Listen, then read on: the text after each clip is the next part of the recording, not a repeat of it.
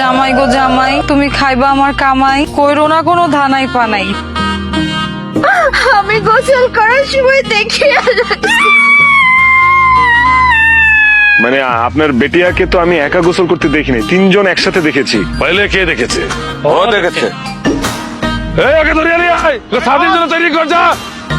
মনে খুব সাজ জাগছে, একটা মানুষ বিয়ে করব। আমি মানুষ না, আমি মাইন্ডসেট জাতি না, আমার বিয়ে করো না।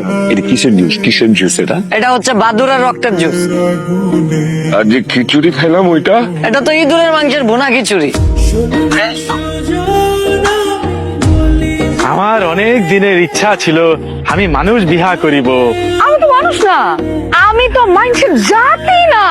ঘটনা হইলো আমিও তোমাদের মতো কিছু ভাই ব্রাদার বন্ধু বান্ধব নিয়ে জঙ্গলে ঘুরতেছি। টিকটক করতে একটু জঙ্গলের ভিতরে ঢুকছি, ওই যে ভিতরে ঢুকছি বন্ধু, আর বাইরে হইতে পারি নাই, ভিতরে লক হয়ে গেছে। আমার জামার কি হয়েছে? ঘবরাইস না বেটি, তোর জামাই খুশিতে অজ্ঞান হয়ে গেছে। তুমি যদি আমারে আর আমার বান্ধবীরে এই কাবিলা থেকে, এই জঙ্গল থেকে বের করে দিতে পারো, তাইলে তোমার রাজা বানায় দিব কনফার্ম। উপায় একটা আছে।